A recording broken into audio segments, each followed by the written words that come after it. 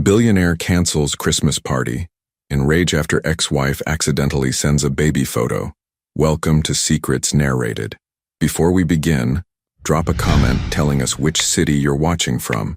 We love seeing how far our stories travel. When the story ends, don't forget to rate it from 0 to 10 and share what you felt along the way. And if you enjoy emotional stories filled with twists and hidden truths, make sure to follow Secrets Narrated so you don't miss the next one. Now, sit back, relax, and enjoy every detail.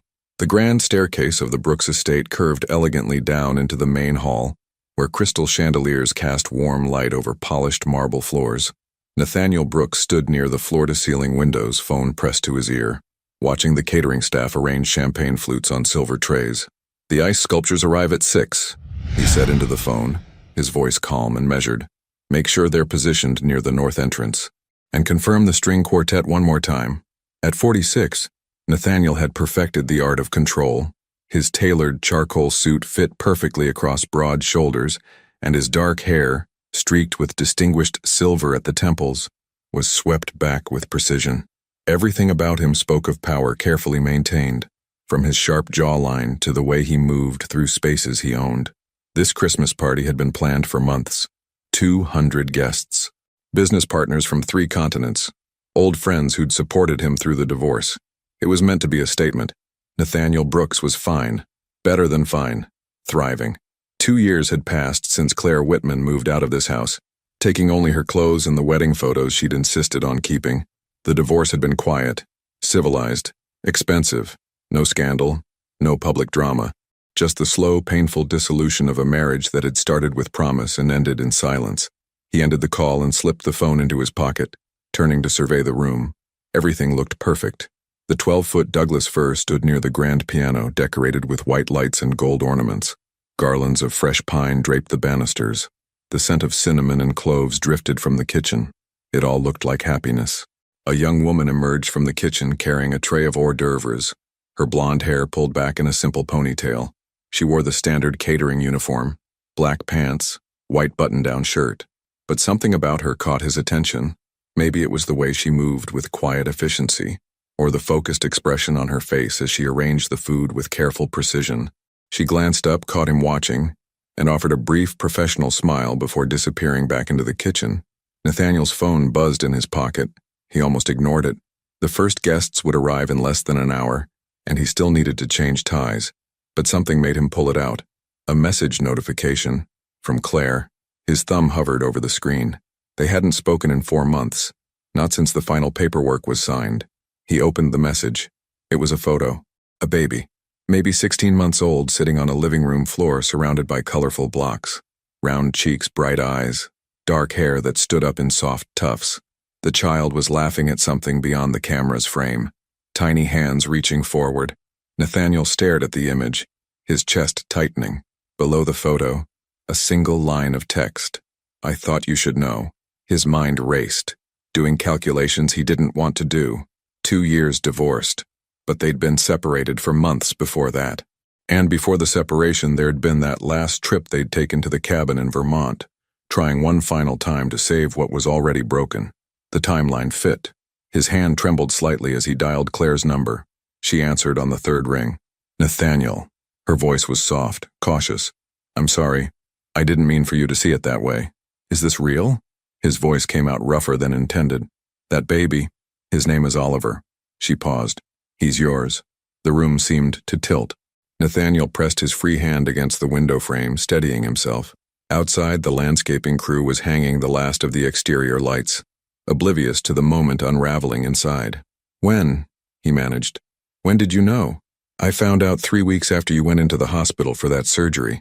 Claire's words came faster now, defensive. "I tried to reach you. I sent messages, but the response I got back made it very clear you didn't want anything to do with it. So I stopped trying." "What response?" Nathaniel's mind scrambled through memories of that time. The emergency appendectomy, the complications, the days of sedation and recovery. "I never—" "Someone replied from your phone, Nathaniel. They said you were focused on recovery and didn't need complications, that it would be better if I handled things on my own." Her voice cracked slightly. "I got the message loud and clear." Ice flooded through his veins. He remembered very little from those hospital days. He'd been heavily sedated.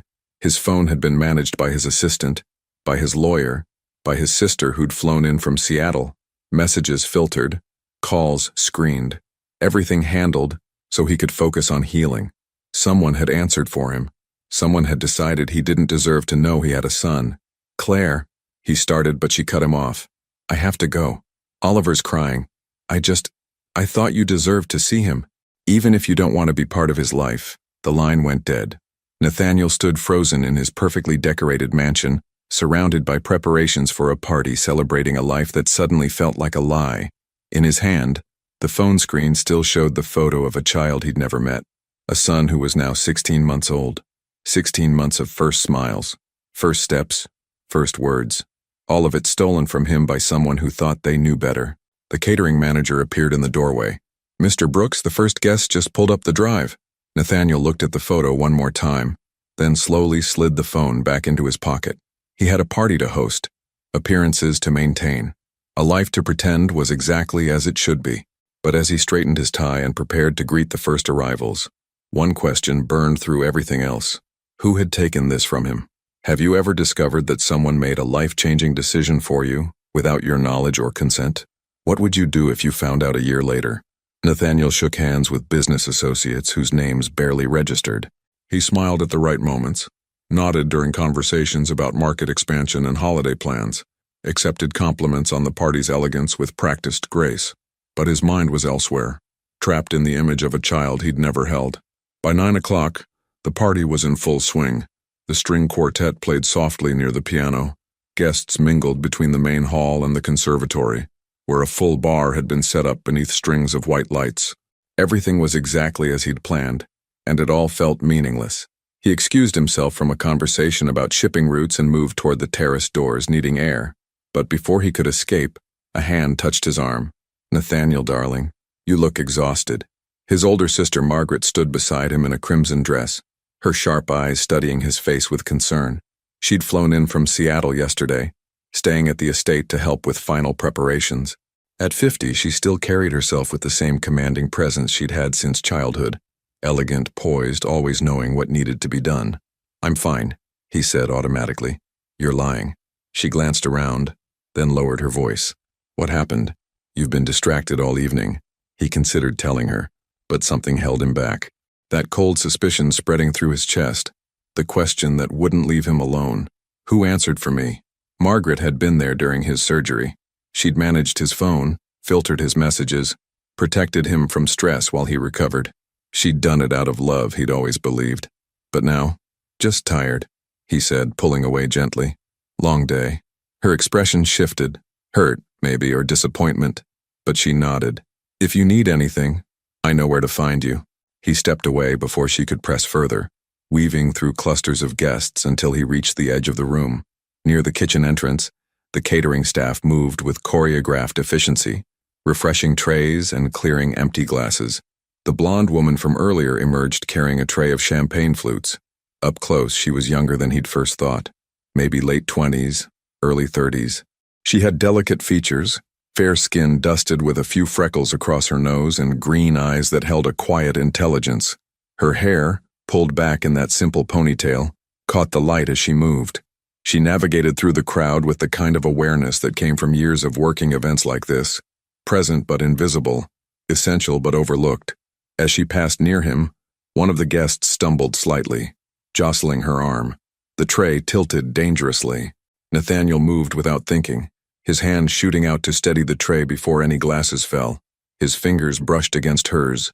Brief contact, but enough to register the warmth of her skin, the slight calluses that suggested someone who worked with her hands. Thank you, she said quietly, her voice carrying a soft, measured tone. She steadied the tray and met his eyes for just a moment. A flash of surprise, maybe embarrassment, then professional composure sliding back into place. Are you all right? He asked.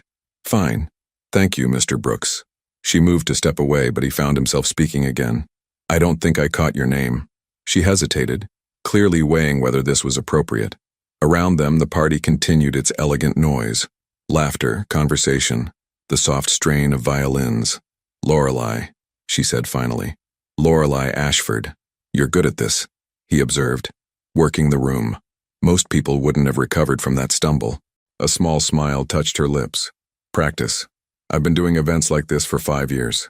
She shifted the tray slightly, a subtle signal that she needed to keep moving.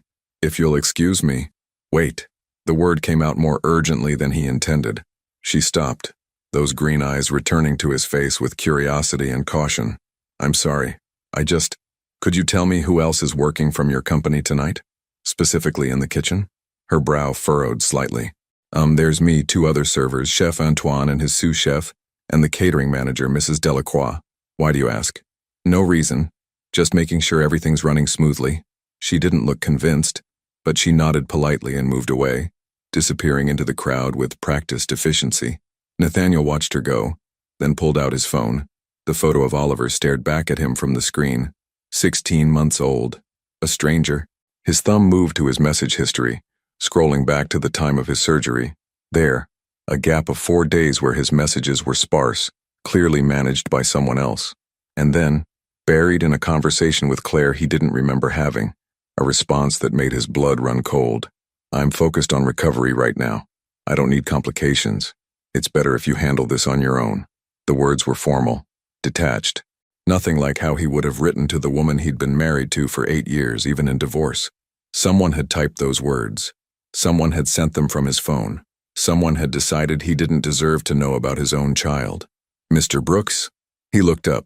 Mrs. Delacroix, the catering manager, stood before him with a tablet in hand, her expression professional but slightly concerned. Yes? I just wanted to confirm. You asked about our staff? I did. Is there a problem? No, no problem. He slipped his phone away. Everything is excellent, thank you. She smiled, relieved, and moved on. But Nathaniel's mind was racing. He needed answers. He needed to know who had been in this house during those 4 days, who had access to his phone, who had thought they had the right to make decisions about his life. Across the room, Margaret was laughing with a group of his business partners, her hand gesturing elegantly as she told some story. She looked so comfortable here in his home, playing hostess as she'd done so many times before. His sister, who'd always known what was best for him, who'd always protected him, who'd been the one managing everything when he was most vulnerable. The thought made him sick. Near the kitchen entrance, he caught another glimpse of Lorelei as she emerged with a fresh tray. She moved through the crowd like water, graceful and unobtrusive. When she passed near the piano, she paused for just a moment, her expression softening as she listened to the music. Something in that unguarded moment, the way her shoulders relaxed, the small smile that touched her lips, made him see her differently, not just as staff, as a person with her own story, her own dreams, her own quiet beauty. Then the moment passed. She continued on, professional mask back in place. Nathaniel turned toward the terrace doors. He needed to get out of this room, away from the performance he'd been putting on all evening. But as he moved, he felt it, the weight of someone's gaze. He turned back. Margaret was watching him from across the room, her expression unreadable. And in that moment, standing in his own home surrounded by people celebrating a Christmas he no longer felt, Nathaniel realized something that made the betrayal cut even deeper. His sister knew he was looking for answers, which meant she knew what questions he was asking, which meant she already knew the truth. The terrace was cold, but Nathaniel welcomed it. He gripped the stone railing and stared out at the perfectly manicured lawn, now dusted with the first snow of December. String lights wrapped around the oak trees glowed softly in the darkness, casting shadows that shifted with the wind. Behind him, the party continued. Muffled music, laughter, the clink of glasses. A world he was no longer part of, even though it was happening in his own home. He pulled out his phone again, staring at Oliver's photo. The child's expression was so open, so full of joy, completely unaware that his father didn't even know he existed until tonight. You shouldn't be out here without a coat. He turned. Lorelei stood in the doorway, holding a silver tray now empty of glasses. She wore a black pea coat over her catering uniform, clearly on a break. I didn't realize I had company, he said. I was just stepping out for air. She hesitated. I can go back inside if you'd prefer to be alone. No. The word came quickly. Stay, please. She studied him for a moment, then moved to the railing a few feet away, careful to maintain professional distance. Up close, he noticed details he'd missed before, the way her blonde hair caught the light from the house, the faint scar above her right eyebrow, the tired shadows beneath her eyes that makeup couldn't quite hide. "Long night?" he asked. "They all are this time of year." She pulled the coat tighter around herself. "Christmas parties, corporate events, weddings. December is our busiest season. You work a lot of events like this?" 3 or 4 a week, sometimes more. She glanced back at the house. "Yours is one of the nicer ones, if that means anything. Some people treat staff like furniture. You at least said thank you." The comment stung in a way she probably didn't intend. Here he was, the host of this elaborate party, and he'd barely noticed the people making it happen until one of them almost dropped a tray. "I should have done better than that," he said quietly. She looked at him with surprise. Most people don't even think about it. Maybe they should. Silence settled between them, not uncomfortable, but weighted with things unsaid. The snow was falling harder now, small flakes catching in her hair like tiny stars. "Can I ask you something?" Lorelei said finally. "And you can tell me it's none of my business." "Go ahead. You seem," she chose her words carefully, "like you're somewhere else tonight. Like this party is the last place you want to be." Nathaniel let out a breath that formed a small cloud in the cold air. "You're observant. It's part of the job. You learn to read people quickly, who's going to be demanding, who's going to tip well, who's about to have too much champagne and cause a scene." She turned to face him more fully. "You're not any of those things. You're just sad." The honesty of it caught him off guard. No one at the party had seen it. Or if they had, they'd been too polite to mention it. But this woman he'd just met, who had no reason to care, had noticed what everyone else missed. "I got some unexpected news tonight," he admitted. "The kind that changes everything." "Bad news?" "I'm not sure yet." He looked down at his phone, then made a decision. He turned the screen toward her, showing Oliver's photo. "I just found out I have a son. He's 16 months old, and I had no idea he existed until 2 hours ago." Lorelei's eyes widened. She looked at the photo, then back at Nathaniel, and he saw genuine compassion in her expression. "Oh my God. His mother tried to tell me when she found out she was pregnant, but someone intercepted the messages, responded for me, told her I didn't want to be involved." His voice hardened. "Someone decided I didn't deserve to know I had a child. Who would do that? That's what I'm trying to figure out." He slipped the phone back into his pocket, "And I'm starting to have suspicions that make me sick." Lorelei was quiet for a long moment, processing this. Then she said softly, "He's beautiful. Your son? I wouldn't know. I've never met him. But you could." She met his eyes. "Whatever happened, whoever did this, you know now. That means you can fix it. You can be in his life. Can I? His mother thinks I rejected her. Rejected him. Why would she let me anywhere near him now?" "Because the truth matters," Lorelei said firmly. "If she knew you never saw those messages that someone else responded, don't you think she'd want you to meet your son? Don't you think your son deserves to know his father?" The conviction in her voice surprised him. This wasn't just polite sympathy. She believed what she was saying with a passion that spoke of personal experience. "You sound like you know something about absent fathers," he observed gently. Her expression shifted, walls going up. "I shouldn't have said anything.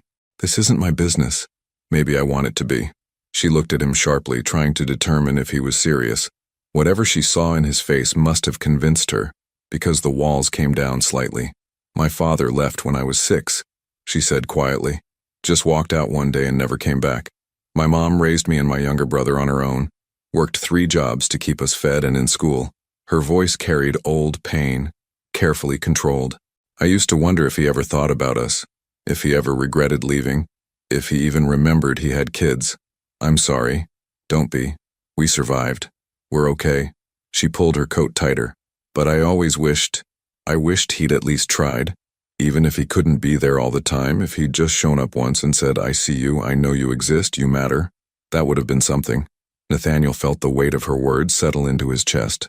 Oliver was out there right now, a child who would grow up either knowing his father fought to be in his life, or believing his father hadn't cared enough to try. "Thank you," he said. "For what?" "For being honest. For caring about a stranger's problems when you have no reason to." She smiled slightly.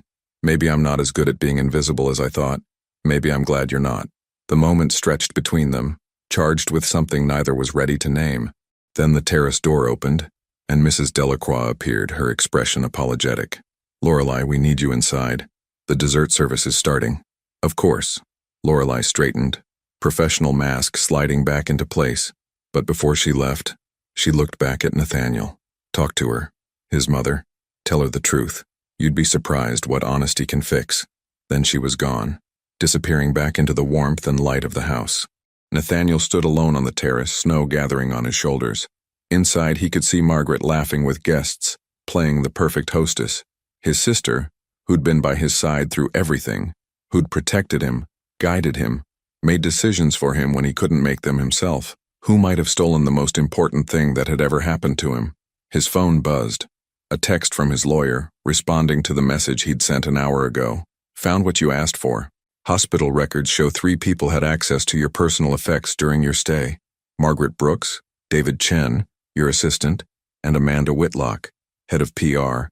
All 3 had your phone password. Want me to dig deeper? Nathaniel stared at the message as snow fell silently around him. 3 names. 3 people he trusted. 1 betrayal. The party ended just after midnight. Nathaniel stood in the doorway watching the last guests depart, their laughter fading into the December night. Margaret lingered near the staircase, supervising the catering staff as they began cleanup. "Wonderful evening, Nathaniel," she said, approaching him with a satisfied smile. "Everyone said it was your best party yet." He looked at his sister, really looked at her, trying to find traces of deception in her familiar features. The same eyes as their mother's, the same smile she'd worn when teaching him to ride a bike, when attending his college graduation, when standing beside him at his wedding. "Margaret, can we talk?" Something flickered across her face. "Of course, what is it?" "Not here." He glanced toward the main hall, where staff moved efficiently through their tasks. "My study." She followed him down the hallway, her heels clicking against hardwood floors. The study was dark except for the desk lamp he switched on. Leather-bound books lined the walls, and a portrait of their parents hung above the fireplace. Reminders of family, legacy, trust. Margaret settled into one of the wing chairs, crossing her legs elegantly. "Is something wrong?" Nathaniel remained standing, phone in hand. "I need to ask you something, and I need you to be honest with me. You're scaring me. 2 years ago, when I was in the hospital after the appendectomy, you managed my phone. You read my messages." Her expression shifted to concern. "Yes, we all did. You were sedated for days. We were trying to protect you from unnecessary stress while you recovered. Did Claire contact me during that time?" Margaret's face went very still. For a long moment, the only sound was the distant murmur of cleanup from the main hall. "Why are you asking about Claire?" she said finally. "Because I found out tonight that I have a son, a 16-month-old son that I knew nothing about." His voice remained controlled, but anger simmered beneath. "Claire tried to tell me she was pregnant. Someone responded to her messages. Someone told her I didn't want to be involved." Margaret stood abruptly. "Nathaniel, was it you? It's not that simple." "It's exactly that simple." He held up his phone, showing her the message history. "Did you send these messages from my phone?" She looked at the screen, and he saw the answer in her eyes before she spoke. Guilt. Justification. The complex expression of someone who'd done something they believed was right, even if it was wrong. "Yes," she said quietly. "I did." The confirmation hit him like a physical blow. Even though he'd suspected it, even though all the evidence pointed to her, hearing her admit it made it real in a way that stole his breath. "How could you?" The words came out raw, broken. "Because you were barely holding yourself together." Margaret's composure cracked. "You and Claire had just separated. You were talking about divorce. You were depressed, exhausted, throwing yourself into work to avoid dealing with the pain. Then you ended up in emergency surgery, and I thought—" She stopped, collecting herself. "I thought a baby would destroy you. That wasn't your decision to make. You're my little brother. I've been protecting you since we were children. I wasn't going to stand by and watch you get trapped in a situation you'd already said you didn't want. I never said I didn't want children. I said Claire, and I couldn't agree on when. You told me yourself, Nathaniel, that the marriage ended partly because she wanted kids, and you weren't ready." Margaret's voice hardened with conviction. "So when she messaged saying she was pregnant, after everything you'd been through, I made a choice. I thought I was giving you freedom. You gave me nothing but lies." He felt something breaking inside him, a foundation he'd built his entire life on. "You stole 16 months from me. 16 months I can never get back. I was trying to help. You were trying to control my life." Margaret flinched as if he'd struck her. "That's not fair." "Fair? You want to talk about fair?" He moved closer, and she actually stepped back. "I have a son I've never met. A child who thinks his father abandoned him before he was even born. And you did that. You made that choice for both of us. I don't care what you thought. His voice rose for the first time, years of controlled emotion finally breaking through. You had no right. Silence crashed between them. Margaret's eyes glistened with tears she refused to let fall. I'm sorry, she whispered. I truly believed I was doing what was best for you. Get out of my house. Nathaniel, get out. Now. She stared at him for a long moment, then gathered her dignity and walked to the door. She paused in the doorway, her back to him. For what it's worth, she said quietly, I do love you. Everything I've ever done has been because I love you. That's not love, Margaret. That's control. She left without another word. Nathaniel sank into the chair she'd vacated, hands shaking. The room felt too small, the air too thick. He'd just banished his only sibling from his life, but he couldn't bring himself to regret it. A soft knock interrupted his thoughts. Mr. Brooks? He looked up. Lorelei stood in the doorway, still in her catering uniform, concern etched across her features. The rest of the staff must have finished and left, but she'd stayed. I heard raised voices, she said carefully. Mrs. Delacroix sent me to check if everything was all right. Nothing's all right. The words came out more honestly than he intended. But thank you for checking. She should have left then. Should have returned to her manager, collected her things, and gone home. Instead, she stepped into the study, closing the door behind her. Was it her? Your sister? He nodded, not trusting his voice. Lorelei crossed the room and sat in the chair opposite him, breaking every rule of professional distance. I'm so sorry. She thought she was protecting me, making decisions I was too weak to make myself. He laughed bitterly. Maybe she was right. Maybe I am too weak. No. The firmness in Lorelei's voice made him look up. Being hurt doesn't make you weak. Being betrayed by someone you trust doesn't make you weak. And feeling overwhelmed by all of this, that's not weakness. That's being human. He held her gaze, finding unexpected strength in those green eyes. She'd known him for less than 3 hours, but somehow she saw him more clearly than people who'd known him his whole life. I don't know what to do now, he admitted. You do what you said you'd do. You call your son's mother. You tell her the truth. You fight to be part of his life. She leaned forward slightly. And you stop letting other people decide what you're strong enough to handle. Just like that. Just like that. A small smile touched his lips despite everything. You make it sound simple. Maybe it is. Maybe we're the ones who make it complicated. They sat in comfortable silence for a moment. Then Lorelei glanced at her watch and stood. I should go. My shift ended 20 minutes ago. Wait. Nathaniel stood as well. Would it be inappropriate if I asked for your number? She looked at him with surprise, then something softer. Consideration, curiosity, maybe a hint of the same unexpected connection he felt. It would be very inappropriate, she said slowly. You're a client. I'm hired help. That's about as clear a line as it gets. Right, of course, I apologize. But, she interrupted, pulling a pen from her pocket and writing on a catering receipt. I'm off duty now, which means I'm just someone who met someone else at a party. She handed him the paper. Text me when you talk to your son's mother. Let me know how it goes. He looked at the number, then back at her. Why are you doing this? Because everyone deserves someone in their corner. And right now it seems like you don't have many people left. She left before he could respond, the door clicking softly behind her. Nathaniel stood alone in his study, holding a receipt with 10 digits that felt like the only real thing in a house full of lies. His phone buzzed. A message from Claire. We need to talk. Really talk. Can you come by tomorrow? He looked at Lorelei's number, then at Oliver's photo, then out at the empty hallway where his sister had disappeared. Everything was breaking apart. But maybe, just maybe, that meant he could rebuild it right this time. He typed his response to Claire. I'll be there at noon. And Claire, I never sent those messages. I never knew about Oliver. I promise you, I never knew. The address Claire sent him led to a modest townhouse in a quiet neighborhood 30 minutes from his estate.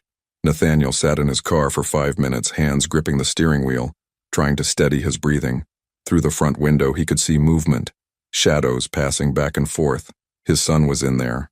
Oliver, a child he'd helped create but had never held, never heard cry, never watched sleep. His phone buzzed.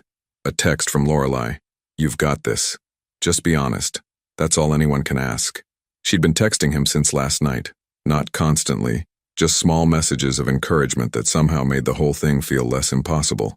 He didn't know why she cared, but he was grateful she did. He typed back, about to go in, terrified. Her response came immediately. Good. That means you care. Now go meet your son. Nathaniel pocketed his phone and walked to the front door. Before he could knock, it opened.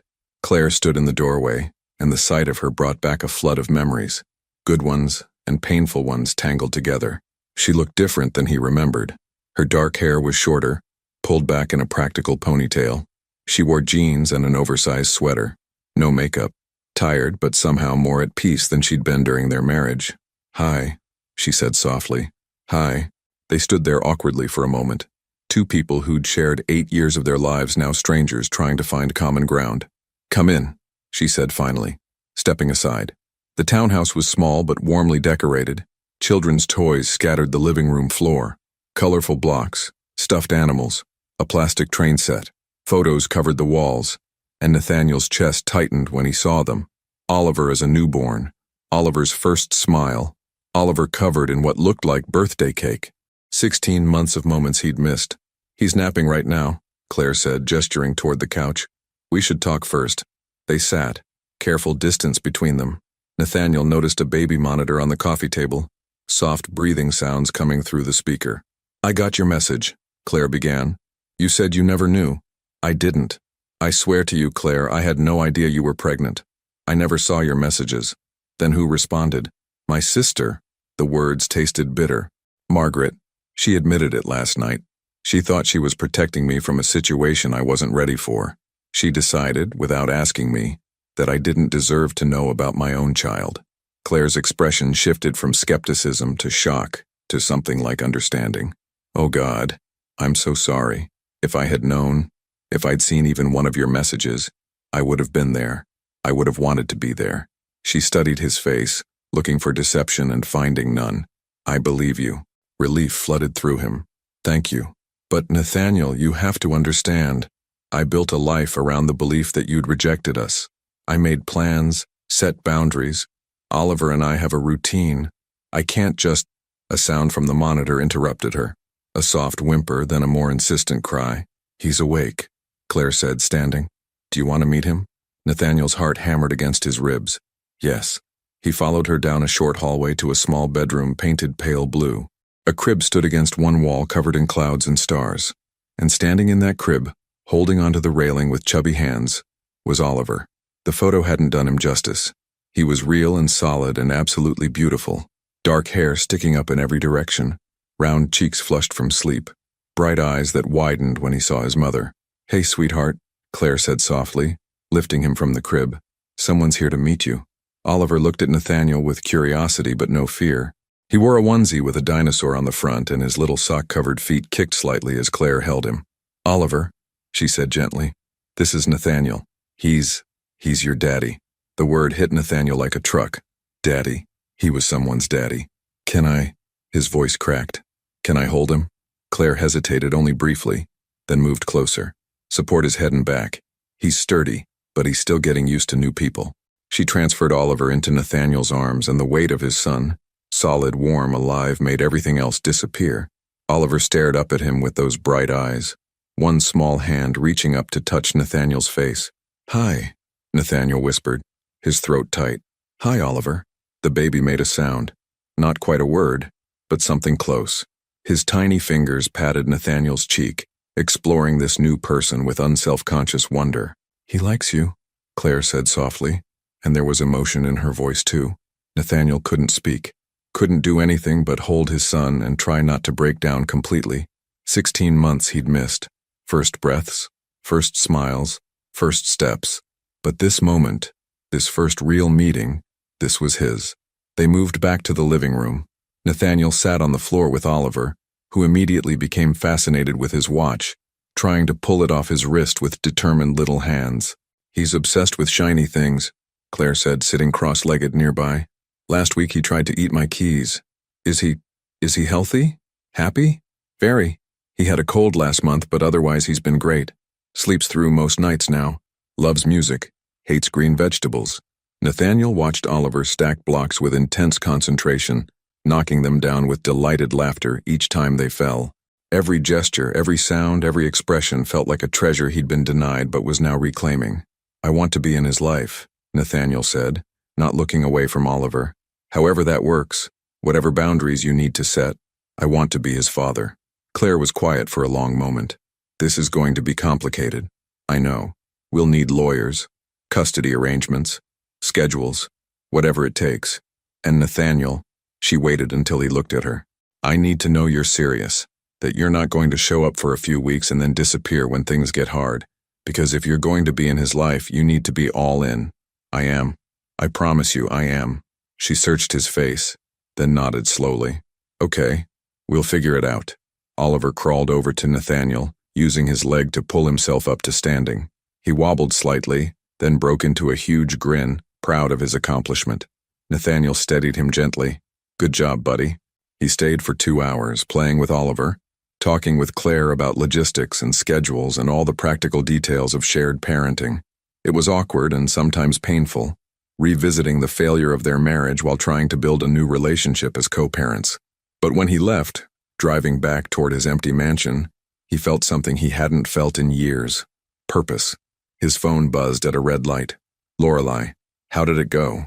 He pulled over to respond properly. I met him. I held my son. It was the best and worst moment of my life. Why worst? Because I realized how much I've missed, and how much I almost lost forever. Her response took a minute. But you didn't lose it. You found it. That's what matters now. Can I see you? I know it's forward, but I'd really like to talk to someone who isn't family or lawyers or my ex-wife. The 3 dots appeared, disappeared, appeared again. Finally, I'm working a brunch event until 3, but there's a coffee shop on Elm Street, Maxwell's. I could meet you there at 4? Nathaniel smiled at the phone. I'll be there. He drove home feeling lighter than he had in months, but as he pulled into his driveway, that lightness evaporated. Margaret's car was parked in front of his house, and she wasn't alone. 3 other cars sat beside hers, including his lawyer's Mercedes and his PR director's BMW. Whatever was happening, it was bigger than a simple apology. Nathaniel's phone rang. His lawyer. Don't come inside yet, Jonathan said without preamble. We need to talk first. Margaret called an emergency meeting. She's telling everyone you're having some kind of breakdown. She wants to invoke the medical power of attorney clause in your company bylaws. Ice flooded Nathaniel's veins. She wants to what? She's trying to take control of your company. She's arguing that your recent erratic behavior, confronting her publicly, this sudden obsession with a child you've never met, proves you're not mentally stable enough to run Brooks International. That's insane. Maybe. But she's got your PR director and your CFO in there, and she's very convincing. Jonathan paused. Nathaniel, if she succeeds, you won't just lose the company. You'll lose any credibility in a custody battle for Oliver. No judge will give you access to a child if they think you're mentally unfit. Nathaniel gripped the phone, staring at his sister's car. She wasn't just controlling his past anymore. She was trying to control his entire future. Nathaniel walked into his own home like a stranger entering hostile territory. Voices drifted from the conference room, the space he'd built specifically for high-level business meetings, now being used against him. Jonathan met him in the hallway, briefcase in hand, expression grim. They've been in there for 40 minutes, his lawyer said quietly. Margaret has documentation, emails you sent during your recovery that she claims show emotional instability, records of your confrontation with her last night, even testimony from staff who say you've been distracted and erratic. I was distracted because I just found out I have a son. I know, but she's spinning it differently. She's saying you're obsessing over a child you've never met, that you're making impulsive decisions, that you banished your only family member in a fit of rage. Jonathan paused. Nathaniel, she's building a case that you're having a breakdown. So what do? You go in there and prove her wrong. Show them you're completely in control, rational, and fit to run your own company. He handed Nathaniel a folder. I pulled everything we might need. Medical records showing you were fully recovered from surgery within 3 weeks. Financial reports showing the company's performed better than ever under your leadership. Character references from board members. But the best defense is you. Stay calm, stay factual, and don't let her provoke you. Nathaniel took the folder and squared his shoulders. Let's end this. The conference room fell silent when he entered. Margaret sat at the head of the table, his usual seat, flanked by Amanda Whitlock, his PR director, and Gerald Foster, his CFO. They all looked uncomfortable, caught between loyalty and uncertainty. Nathaniel, Margaret said, standing with manufactured concern. We were just discussing. I know exactly what you were discussing. He moved to the opposite end of the table, remaining standing, maintaining the power position. You're trying to convince my leadership team that I'm mentally unfit to run my own company. That's not, Amanda started, but Margaret cut her off. We're concerned about you, Nathaniel. Your behavior over the past 48 hours has been extremely troubling. Troubling? He kept his voice level, controlled. Let me tell you what's troubling. 2 years ago, while I was sedated in a hospital, you took it upon yourself to intercept messages from my ex-wife telling me she was pregnant with my child. You responded for me, telling her I wanted nothing to do with the baby.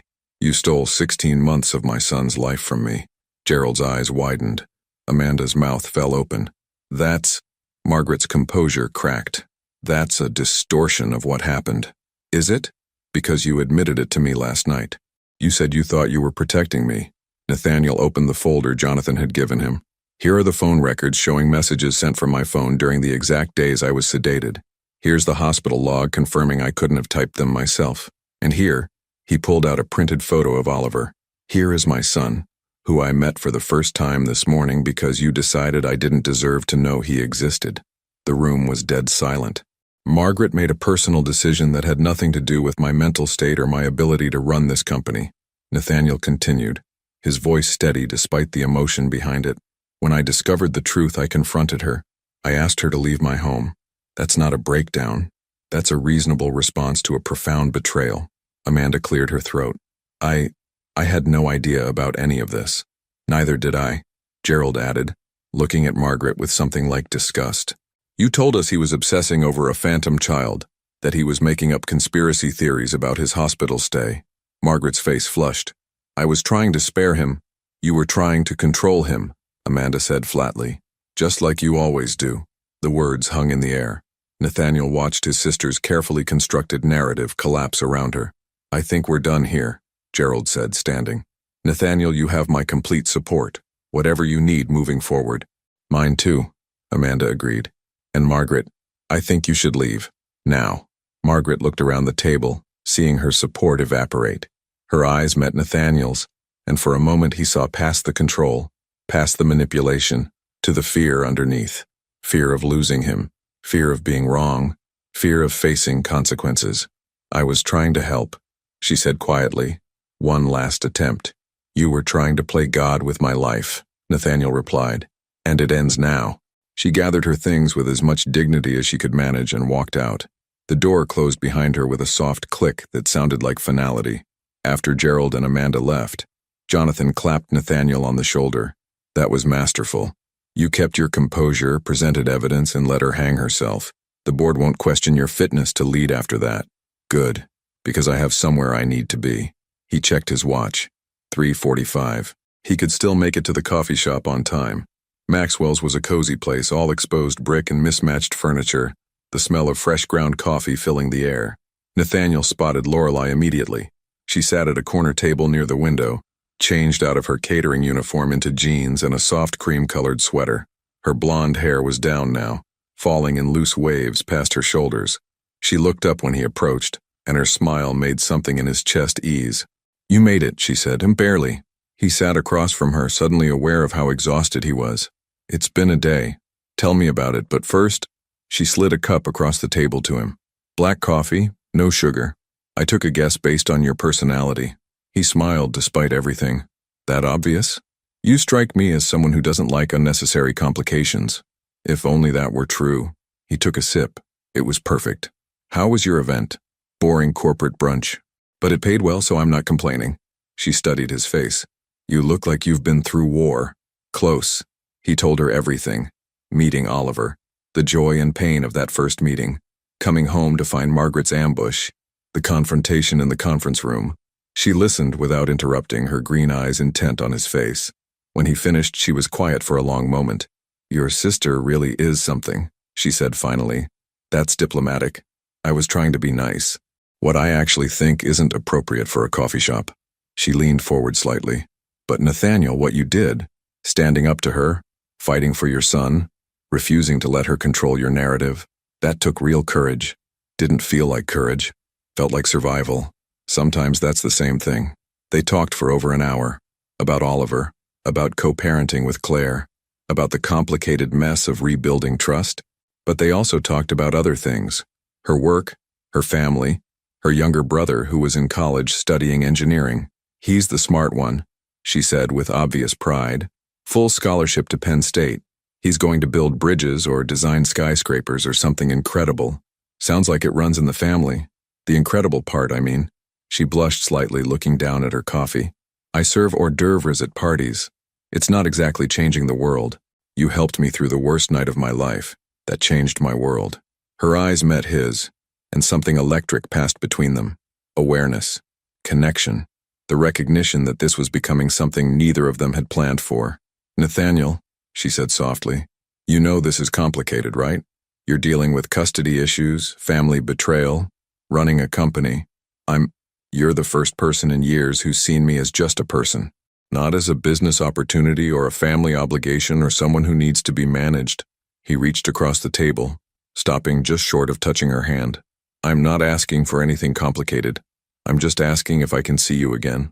She looked at his hand, hovering near hers. Then slowly, deliberately, she closed the distance, her fingers brushing against his. Coffee, she said. Just coffee. Nothing more until you've sorted out your life. Deal. They stayed until the coffee shop closed at 6, reluctant to end the conversation. When they finally left, walking out into the cold December evening, Nathaniel felt lighter than he had in days. His phone buzzed as they reached their cars. A text from Claire. Oliver's been asking about you. He keeps saying Dada and looking at the door. I think he's waiting for you to come back. The message was followed by a video. Nathaniel opened it, and there was his son sitting on the living room floor, pointing at the door and repeating that single perfect word. Dada, Dada, Dada. He showed it to Lorelei, and she pressed her hand to her heart. Oh my God, that's the sweetest thing I've ever seen. He remembers me, Nathaniel said, his voice thick. Of course he does. You're his father. He looked up from the phone to find Lorelei watching him with such warmth, such genuine happiness for him, that it took his breath away. Thank you, he said, for everything. She smiled. Same time next week? I'll be counting the days. He watched her drive away, then checked his messages. Another text had come in, this one from an unknown number. You think you've won, but I'm not done protecting you from yourself. Margaret. Below it a second message. Claire doesn't deserve Oliver, and neither do you. I'll prove it. 3 weeks passed. 3 weeks of learning how to be a father, of splitting time between board meetings and building block towers, of late-night texts with Lorelei that made him smile at his phone like a teenager. Nathaniel had established a routine with Claire, Tuesdays, Thursdays, and Saturday mornings with Oliver. It wasn't enough, but it was a start, and every moment with his son felt like a gift he'd almost lost forever. On this particular Saturday morning, he sat on Claire's living room floor teaching Oliver to stack rings on a plastic cone. The boy's concentration was fierce, his little tongue poking out slightly as he tried to get the blue ring over the yellow one. He's getting so good at that, Claire said from the kitchen where she was making coffee. Last week he couldn't figure out the sizes at all. He's brilliant, Nathaniel said seriously, making Claire laugh. Every parent thinks their kid is brilliant. No, Oliver actually is. Look at how he's problem-solving. He's trying different approaches. Oliver knocked all the rings off in frustration, then looked up at Nathaniel with an expression that clearly said, help me. All right, buddy. Let's try together. Nathaniel guided the small hands, showing him how to pick the largest ring first. When Oliver finally got it right, his face lit up with such pure joy that Nathaniel's heart felt like it might burst. Dada! Oliver threw his arms up in triumph. Good job. Nathaniel pulled him into a hug, breathing in that baby shampoo smell, feeling the solid weight of his son in his arms. His phone buzzed. A text from an unknown number. Check your email. Now. Something about the message made his stomach drop. He pulled up his email while Oliver played with his watch band. The email had no subject line, no sender name, just a video attachment. He opened it. The footage was grainy, clearly taken from a security camera. It showed Claire's townhouse from across the street, date stamped 2 nights ago. The angle captured the front door, the small porch, the living room window, and it showed Claire letting someone inside at 11 p.m. A man, tall, dark-haired, wearing a jacket Nathaniel didn't recognize. The video continued. Lights turning off. The man not leaving. His blood ran cold. A second email arrived. Does she seem like a fit mother to you? Leaving your son with strangers? Bringing men home in the middle of the night? Maybe I was right about both of you. Margaret. Everything okay? Claire asked, carrying 2 mugs of coffee. Nathaniel's mind raced. The protective fury that rose in him wasn't about jealousy. They were divorced. She could see whoever she wanted. But Oliver was in that house. And if this video existed, if Margaret was collecting evidence, "We need to talk," he said carefully. Claire set down the mugs, reading his expression. "What happened?" He showed her the video, watched the color drain from her face. "Oh my God," she breathed. "That's my brother." "Your what?" "My brother, Dean. He drove up from Virginia because our mom was in the hospital. He needed a place to crash for the night." Her hands were shaking. "Nathaniel, you can't think—" "I don't, but Margaret does. Or at least, she's trying to make it look that way." He replayed the video, noting the angle, the clarity. "This was taken from a parked car. She's been watching your house." Claire sank onto the couch, her face pale. "She's building a case. She's trying to prove I'm an unfit mother, and that I have poor judgment for wanting to co-parent with you." Nathaniel's jaw clenched. "She's going after both of us." Oliver, sensing the tension, started to fuss. Claire automatically reached for him, pulling him onto her lap, but her eyes were distant with fear. "What do we do?" she asked quietly. "We document everything. Get a restraining order. Prove she's been stalking you." He stood, pacing. "I'll call my lawyer right now." "Nathaniel," Claire's voice cracked. "What if she succeeds? What if some judge looks at this video and decides Oliver isn't safe with me? That's not going to happen. You don't know that. I'm a single mother living in a small townhouse working 2 jobs to make ends meet. She's a wealthy, connected woman with resources I can't even imagine. If she wants to destroy me, she won't." He knelt in front of her, meeting her eyes. "I promise you, Claire, I will not let her take Oliver from you or from me. We'll fight this together." She nodded, tears spilling over. Oliver reached up to pat her face, confused but trying to comfort her. By the time Nathaniel met Lorelei for coffee that afternoon, he was exhausted and furious. She took one look at his face and immediately shifted from their usual table to a more private corner. "What happened?" He told her everything. The video, Margaret's surveillance, the threat to Claire. Lorelei's expression darkened. "She's actually stalking your ex-wife? That's not just controlling anymore, Nathaniel. That's dangerous." "I know. I've already called my lawyer. We're filing for a restraining order Monday morning." "Good." She reached across the table, taking his hand. Over the past 3 weeks, these small touches had become natural, comforting contact that both of them needed, but neither fully acknowledged. "How's Claire holding up?" "Terrified, and I don't blame her. Margaret's not going to stop until she's proven some twisted point about knowing what's best for everyone." Lorelei was quiet for a moment, then said carefully, "Can I ask you something that might sound strange?" "Of course. When you described Margaret earlier, the way she controls things, makes decisions for people, genuinely believes she's helping even when she's hurting, it reminded me of something I saw once." She hesitated. "My mom dated a guy for a while who had a similar dynamic with his kids. Loving, but suffocating. Protective to the point of being destructive. What happened to him? He ended up alone. His kids eventually had to cut him out completely because he couldn't stop trying to control their lives, even when they were adults with families of their own." She squeezed his hand. "I'm not saying that's what will happen with Margaret. But sometimes people who love too much don't realize they're the ones causing the most damage." Nathaniel thought about his sister, how she'd been there for him his entire life, how she'd celebrated his victories and protected him from failures, how somewhere along the way, that protection had turned into something darker. "I don't want to hate her," he admitted quietly. "She's my sister, my only family besides Oliver now. You don't have to hate her, but you do have to set boundaries. Real ones. The kind she can't cross without consequences." "I know." He looked at their joined hands. "How did you get so wise?" "Lots of therapy after my dad left." She smiled slightly. "Turns out abandonment issues make you really good at understanding dysfunction." He laughed despite everything, and she did too, and for a moment the weight of it all felt manageable. His phone rang. Jonathan, his lawyer. "I need to take this," he said apologetically. "Go ahead," he answered, still holding Lorelei's hand. "Jonathan, we've got a problem." His lawyer's voice was tight. "I did some digging into Margaret's activities over the past month. She's not just watching Claire's house. She's been contacting people, your business partners, Claire's employer, even Oliver's pediatrician. She's asking questions, making implications, building a narrative." "How bad?" "Bad. She's positioning herself as the concerned family member trying to protect a vulnerable child from 2 unstable parents. And Nathaniel, some people are listening. Your PR director just called me. Apparently there's buzz in your industry circles about your personal instability. Nathaniel closed his eyes. She's destroying my reputation. She's trying to. But here's the thing, she got sloppy. She contacted Claire's employer using a fake name, but the IP address traces back to her home office. That's actionable. We can prove harassment, maybe even defamation. Do it. File everything. There's one more thing. Jonathan paused. She tried to hire a private investigator to follow you. He refused. Said the job description made him uncomfortable. But he kept the emails. And Nathaniel, she specifically asked him to dig into any inappropriate relationships you might be developing.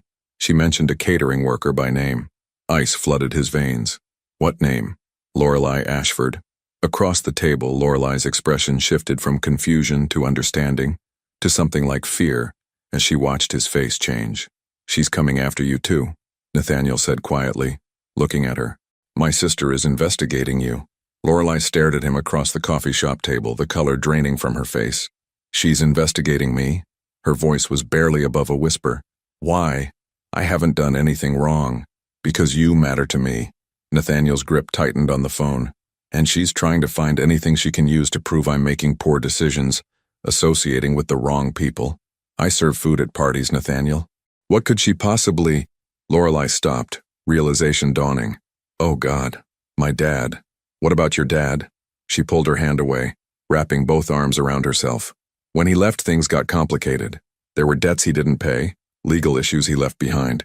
My mom's name was on some of those accounts. We spent years cleaning up his mess. Her voice shook slightly. If someone digs deep enough, if they want to paint me in a bad light, they could make it look like my family has a history of financial instability, questionable associations. That's not. It doesn't matter if it's fair, Nathaniel. It matters what a judge might think if your sister presents it the right way. She stood abruptly. I can't be the reason you lose your son. Where are you going? Home. Away from you. This. She gestured between them. Whatever this is, it's not worth putting Oliver at risk. Lorelei, wait. But she was already grabbing her coat, moving toward the door with that same efficient grace she'd shown the night they met. Nathaniel threw money on the table and followed her into the parking lot. Lorelei, please, stop. She turned and he saw tears streaming down her face. Do you know what it's like to watch your mom work 3 jobs because your dad destroyed your family's credit? To see her exhausted every single day, barely keeping food on the table, all because she trusted the wrong person? I can't imagine.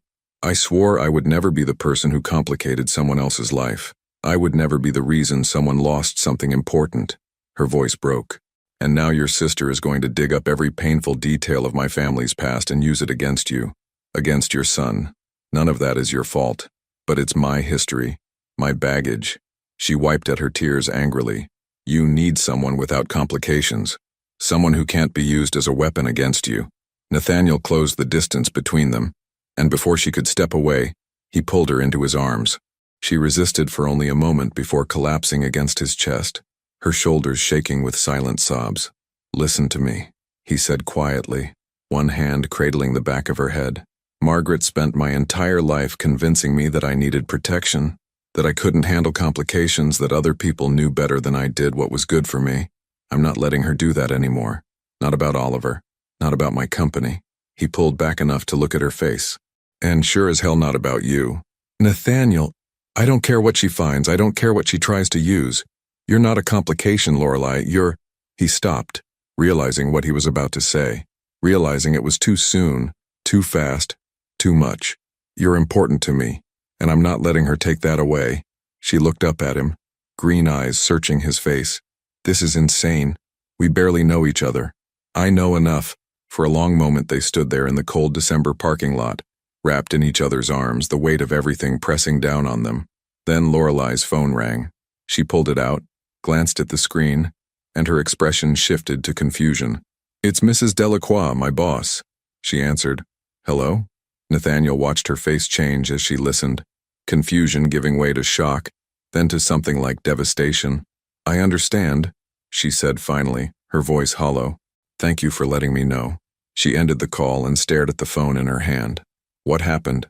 Nathaniel asked. I've been let go. Mrs. Delacroix said they received complaints about my unprofessional conduct at events. Multiple complaints from different clients all in the past week.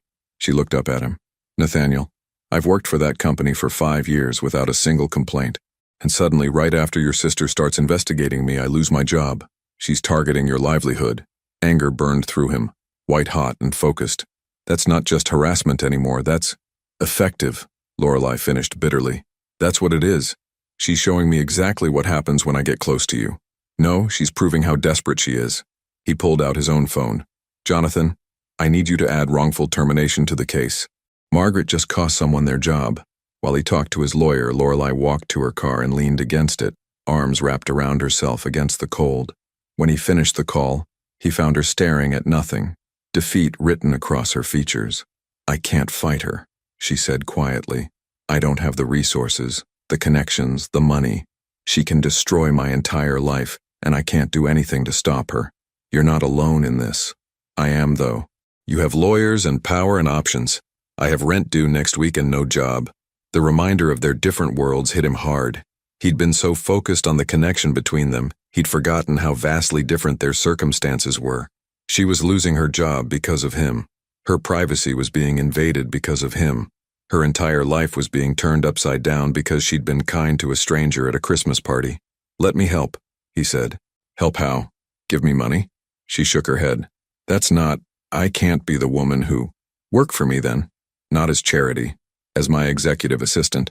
Jonathan mentioned he's overwhelmed with everything happening, and I need someone I can trust. He could see her about to protest and rushed on. You're organized, efficient. You read people better than anyone I've ever met. You'd be perfect for it. Nathaniel, I appreciate what you're trying to do, but $25 an hour to start, full benefits, flexible schedule so you can still pick up freelance catering if you want. It's a real job with real responsibilities, not a handout. She looked at him for a long moment, weighing pride against practicality. Why are you doing this? Because Margaret's right about one thing. I do make decisions based on what I want, not what other people think I should want. And I want you in my life, not despite the complications, but including them. A car pulled into the parking lot and both of them tensed, but it was just a young couple heading into the coffee shop. The paranoia was setting in, the feeling of being watched, targeted, hunted. I need to think about this, Lorelei said finally. The job offer, all of it. This is happening so fast. I understand. But Nathaniel, she reached out, touching his face gently. Thank you for not running when this got messy. Most people would have. I'm not most people. No, she agreed softly. You're really not. He walked her to her car, watched her drive away, then stood alone in the parking lot as night fell around him. His phone buzzed with a text from Claire. Someone called Child Protective Services. They're sending a caseworker to inspect my home tomorrow. Please tell me you know who did this. Nathaniel closed his eyes, rage and helplessness warring inside him. Margaret wasn't just investigating anymore. She was actively trying to take Oliver away, and she was using every weapon she could find, including Lorelei, to do it. He dialed his lawyer's number again, then stopped. There was someone else he needed to call first. Someone who knew Margaret better than anyone, who might know how to stop her before she destroyed everything. He scrolled through his contacts to a name he hadn't called in 15 years. Richard Brooks, his father's younger brother, the family member who'd been cut off by Margaret years ago after what she'd called betrayal. Maybe it was time to find out what really happened. Maybe his sister's pattern of control went back further than he'd ever realized. Richard Brooks answered on the fourth ring, his voice cautious. Nathaniel, Uncle Richard, I know it's been a long time, 15 years. Not that I'm counting. There was no bitterness in his tone, just statement of fact. What made you finally call? Nathaniel sat in his car outside the coffee shop, engine running for heat. Margaret, I need to know what really happened between you two. Why she cut you out of the family. A long silence. Then, you ready to hear it? I need to hear it. Your sister told everyone I embezzled money from the family business. Said I betrayed your father's trust, tried to destroy everything he built. Richard's voice was steady, controlled. The truth is, I disagreed with her about your father's medical care. He was dying, Nathaniel. Cancer had spread everywhere. He was in pain, wanted to stop treatment, wanted to die at home with dignity. Nathaniel's breath caught. I remember. I was 21, away at school.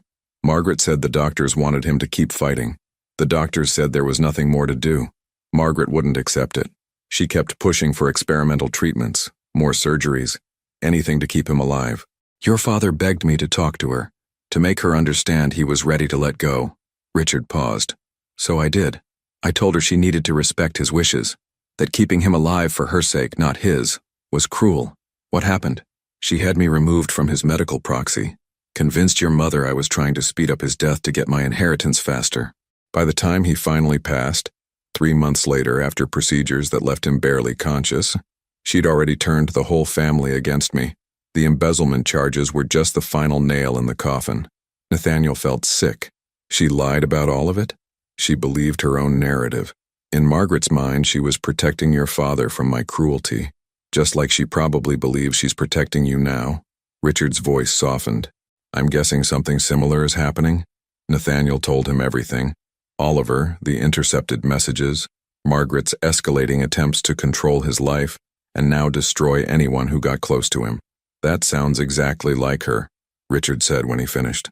Margaret can't distinguish between love and control. She thinks making decisions for people is the same as caring for them.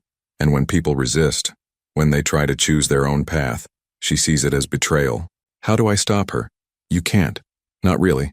You can set boundaries, protect yourself and the people you care about, but Margaret will always believe she knows best. The question is whether you're willing to lose your sister to gain your freedom. The words hit hard. Nathaniel had been so focused on fighting Margaret's actions, he hadn't fully confronted the larger truth. This might be permanent. Their relationship might be irreparable. I already lost her, he said quietly, the moment I found out what she did. I'm sorry. I know that's not easy. Richard paused. For what it's worth, I think you're doing the right thing. Fighting for your son. That's what matters. After they hung up, Nathaniel sat in the darkness of his car, processing everything. His whole childhood, Margaret had been there, guiding him, protecting him, making sure he succeeded. But how much of his life had actually been his own choice? How many decisions had she influenced or made for him without his knowledge? His phone rang. Claire. The caseworker just left, she said without preamble. Her voice sounded shaky but controlled. She was thorough. Checked everything. The kitchen, Oliver's room, asked about my work schedule, my childcare arrangements, even my dating life. And she said everything looked fine, that the complaint seemed unfounded. Claire let out a breath. But Nathaniel, she also said that CPS takes multiple complaints seriously. If someone files again, they'll have to investigate more deeply, maybe even require home visits, monitoring. Margaret's not going to stop with one try. I know. That's what scares me. She was quiet for a moment. Oliver kept asking for you today. I think he senses something's wrong. Guilt twisted in Nathaniel's chest. His son shouldn't have to feel this tension, this instability. Can I come see him tomorrow? Please, I think he needs that. After ending the call, Nathaniel drove home. But instead of the empty mansion, he found himself pulling up to a small apartment complex on the east side of town. He'd looked up Lorelei's address in the employment records from the catering company. Borderline stalking maybe, but he needed to see her. He texted from the parking lot. I'm outside your building. I know I should have called first. If you don't want to see me, I understand. 3 minutes passed. Then his phone buzzed. Apartment 3B, doors unlocked. The apartment was small but cozy.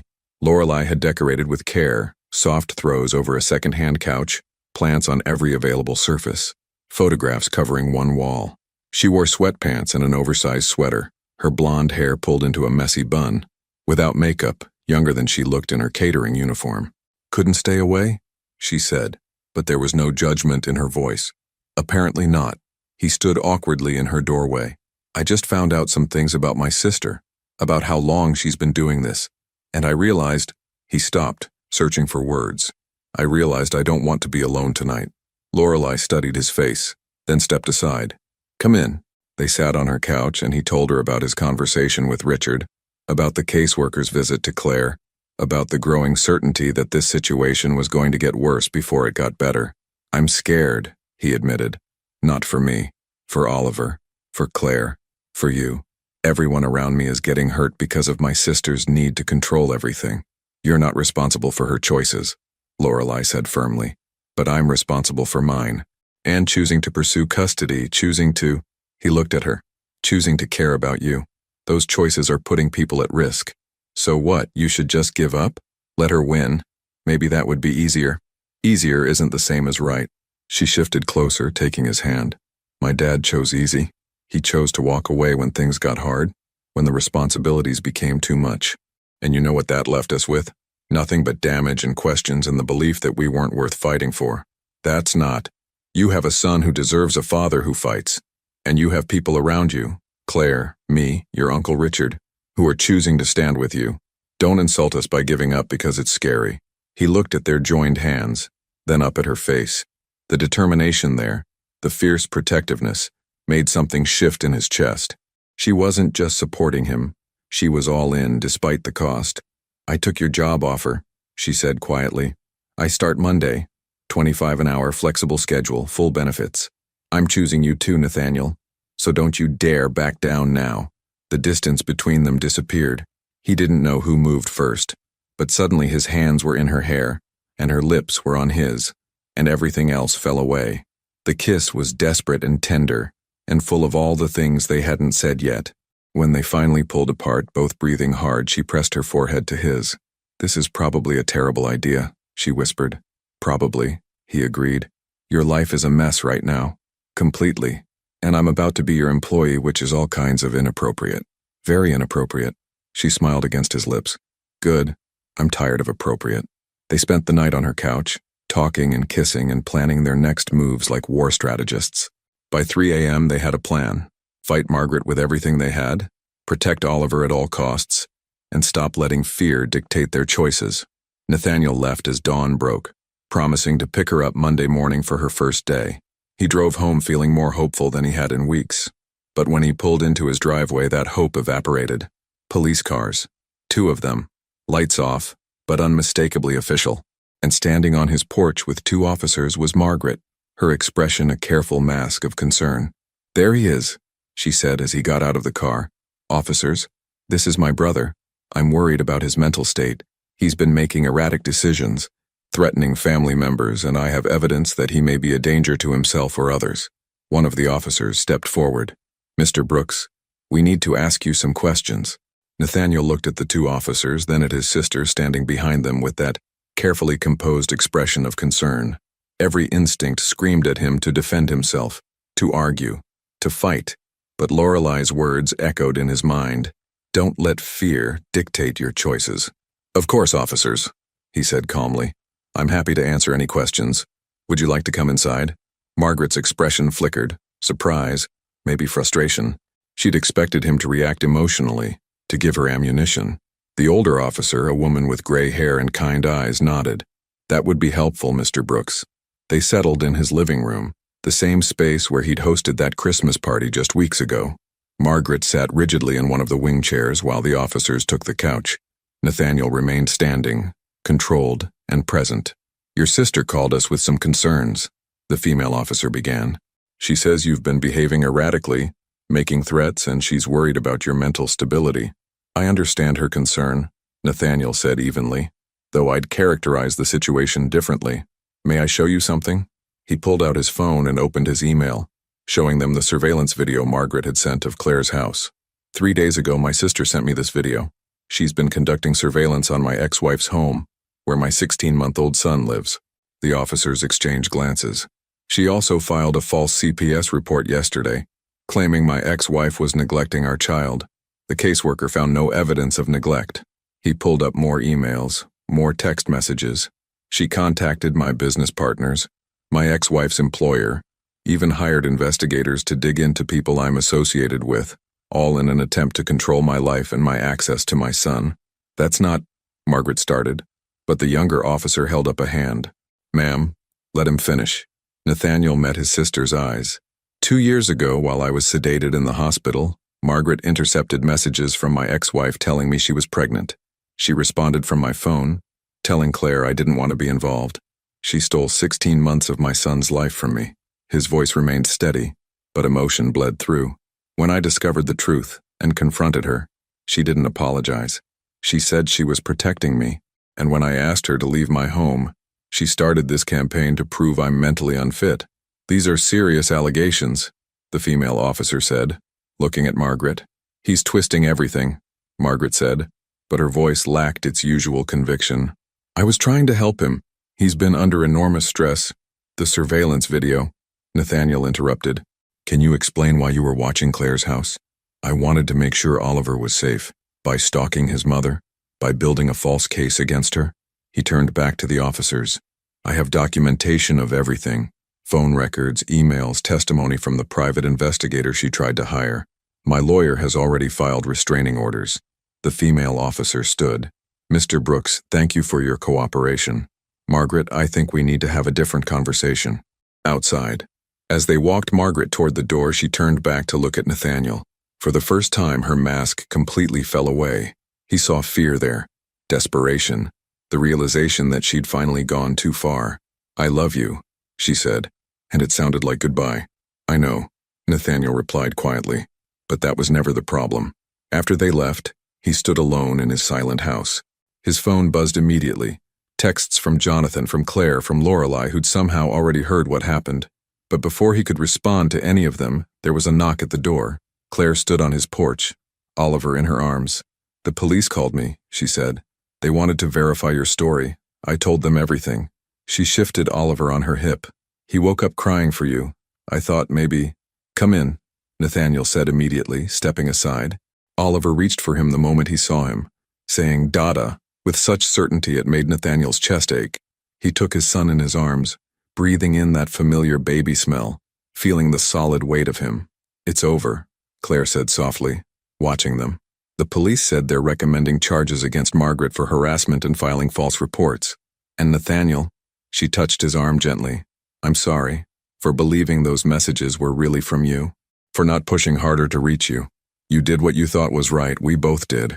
He looked down at Oliver, who was playing with his shirt collar, completely content. But from now on, we'd do what's right for him. Together. Together, Claire agreed.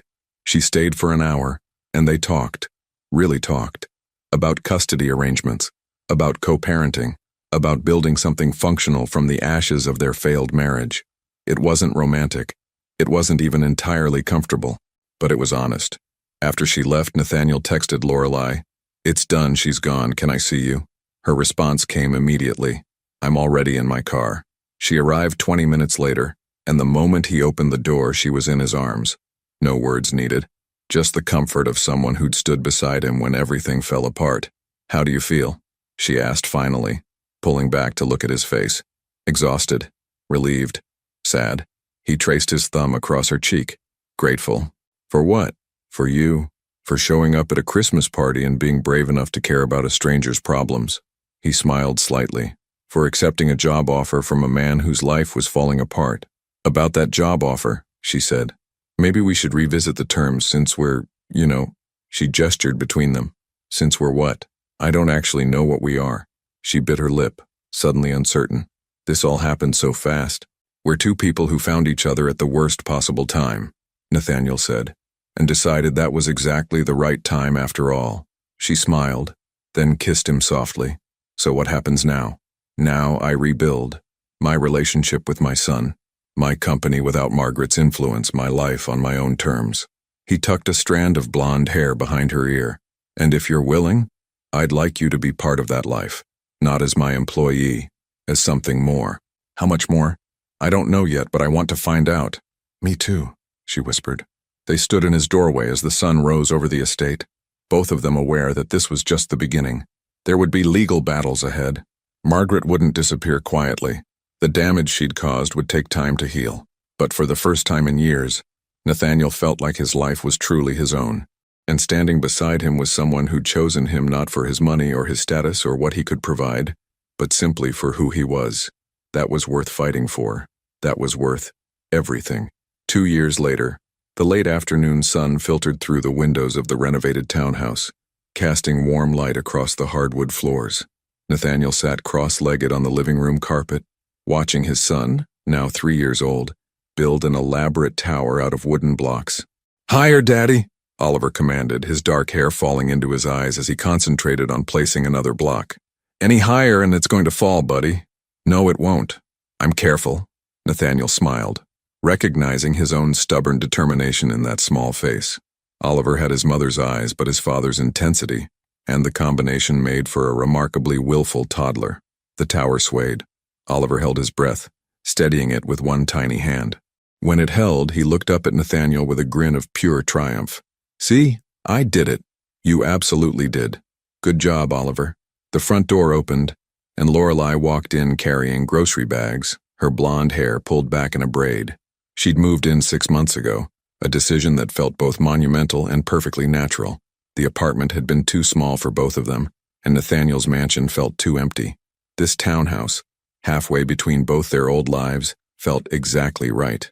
Uncle Oliver is building, Oliver announced, still focused on his tower. I can see that, Lorelei said, setting down the bags and crossing to kiss Nathaniel. It's very impressive. She'd taken to motherhood with the same quiet grace she brought to everything else. Not Oliver's mother, but someone who loved him fiercely nonetheless. Someone who read him bedtime stories and kissed scraped knees and taught him to be kind. Claire called, Nathaniel said, standing and helping her with the groceries. She wants to switch weekends. She's got a work conference in Seattle and wants to take Oliver with her, show him where she grew up. That sounds nice. What did you say? I said yes, he'd love it. They'd found their rhythm over the past 2 years. 3 adults raising 1 child, navigating schedules and holidays and milestones together. It wasn't traditional, but it worked. Claire had met someone, a kind man named Thomas who taught elementary school and didn't flinch when Oliver called Nathaniel Daddy. There was talk of marriage, of maybe giving Oliver a sibling. Nathaniel found he was genuinely happy for her. The company was thriving. Without Margaret's controlling influence, Nathaniel had restructured Brooks International, bringing in fresh leadership and expanding into markets his sister had always deemed too risky. Lorelei had proven to be exceptional at her job, organized, intuitive, and respected by everyone who worked with her. They'd had to be careful about their relationship at first, but eventually the board recognized what everyone else already knew. She was qualified, capable, and exactly where she belonged. There's something I need to tell you, Lorelei said as they put away groceries. Her tone made him look up. What is it? I got a letter. From Margaret. Nathaniel's hands stilled. His sister's name could still create a knot in his chest even after 2 years. After the criminal charges, after the restraining order, after the complete severing of their relationship. What did it say? Lorelei pulled an envelope from her purse, handing it to him. She sent it to the office. It's addressed to both of us. He opened it carefully. Margaret's handwriting, precise, controlled, familiar. Nathaniel and Lorelei, I am writing this from a place of genuine reflection, which I know may be hard to believe. The past 2 years have forced me to confront truths about myself that I spent a lifetime avoiding. My therapist calls it enmeshment, the inability to see where I end and the people I love begin. I called it love. I was wrong. I destroyed my relationship with my father by refusing to let him die with dignity. I drove away my brother by needing to be right more than I needed to be kind. And I nearly destroyed you, Nathaniel, by believing I knew what was best for you better than you knew yourself. I am not writing to ask for forgiveness. I don't deserve it. I am writing to say what I should have said 2 years ago. I am sorry. I am sorry for stealing your choice. I am sorry for the pain I caused Claire and Oliver. I am sorry for trying to destroy Lorelei simply because she represented something I couldn't control. I am learning, slowly, painfully, that love without respect is just another form of violence. That protection without trust is just imprisonment by another name. I don't expect to be part of your life again, but I needed you to know that I finally understand what I did, and I am genuinely, deeply sorry. With love and regret, Margaret. Nathaniel read it twice, then handed it to Lorelei. She read in silence while he processed his own tangled emotions. Do you believe her? Lorelei asked finally. I think she believes herself. Whether that translates to actual change, he shrugged. I don't know, and I'm not sure I need to know. Do you want to respond? He thought about it, about his sister, alone somewhere, finally facing the wreckage she'd caused, about the brother she'd protected so fiercely she'd nearly destroyed him, about the complicated truth that someone could love you and hurt you simultaneously. Maybe someday, he said, but not today. Today I have everything I need right here. Oliver appeared in the kitchen doorway, dragging his favorite stuffed dinosaur. Daddy, can we go to the park? After dinner, buddy. But I want to go now. I know, but we need to eat first. How about you help Lorelei make the salad? Oliver considered this, then climbed onto a step stool by the counter. Okay, but then park. You promised. I promised. As Nathaniel watched Lorelei guide Oliver's small hands through tearing lettuce, something caught in his throat. This scene, so ordinary, so beautifully mundane, was everything his sister had tried to prevent. She'd been so certain he wasn't ready for fatherhood, for responsibility, for anything messy or complicated or real. But he'd built this life anyway, on his own terms, with people who chose to be here, not because they thought they knew what was best for him, but because they wanted to share the journey. That evening, they went to the park as promised. Oliver ran ahead, shouting for them to watch as he conquered the slide for what must have been the 100th time. Lorelei's hand found Nathaniel's, their fingers interlacing with practiced ease. "I've been thinking," she said, watching Oliver play. About what you asked me 6 months ago. The question you said we'd revisit when things settled down." His heart rate picked up. He knew exactly what she meant. The conversation they'd had about making things permanent, about building something that lasted beyond just living together. "And?" he prompted. She turned to face him, green eyes reflecting the golden hour light. "Ask me again." Nathaniel didn't hesitate. He dropped to one knee right there on the grass beside the playground. While Oliver squealed on the slide and other parents pretended not to stare. "Lorelei Ashford, will you marry me?" She laughed, pulling him to his feet and kissing him. "Yes, obviously yes." Oliver ran over, confused but excited by the sudden attention. "What's happening?" "Lorelei is going to be part of our family forever," Nathaniel explained, pulling his son into their embrace. "She already is," Oliver said matter-of-factly, then squirmed away. "Can I go on the swings now?" They watched him run off, and Lorelei leaned her head on Nathaniel's shoulder. "He's not wrong. I've been family for a while. I know, but now it's official." As the sun set over the park, painting everything in shades of gold and amber, Nathaniel thought about the journey that had brought him here, the devastating discovery at a Christmas party, the sister who loved him too much and too wrongly, the woman who showed up when he needed someone most, the son he'd almost never known. Every painful moment, every betrayal, every fear, all of it had led to this, to Oliver laughing on the swings, to Lorelei's hand in his, to a life he'd built himself, on his own terms, with people who chose to be there. Margaret had been wrong about everything except one thing. He had changed, but not in the way she feared. He'd changed by learning to trust his own judgment, to make his own mistakes, to build his own happiness without needing someone else's permission, and that made all the difference. Later that night, after Oliver was asleep and Lorelei was planning their simple wedding, Nathaniel stood in the doorway of his son's room. He watched Oliver's chest rise and fall with deep, peaceful sleep, clutching that stuffed dinosaur like a lifeline. 2 years ago, he hadn't known this child existed. Now he couldn't imagine existing without him. Sometimes the worst moments of our lives lead to the best ones, not despite the pain, but because of it. Because pain forces us to choose, break or rebuild into something stronger. Nathaniel had chosen to rebuild, and he'd built something beautiful.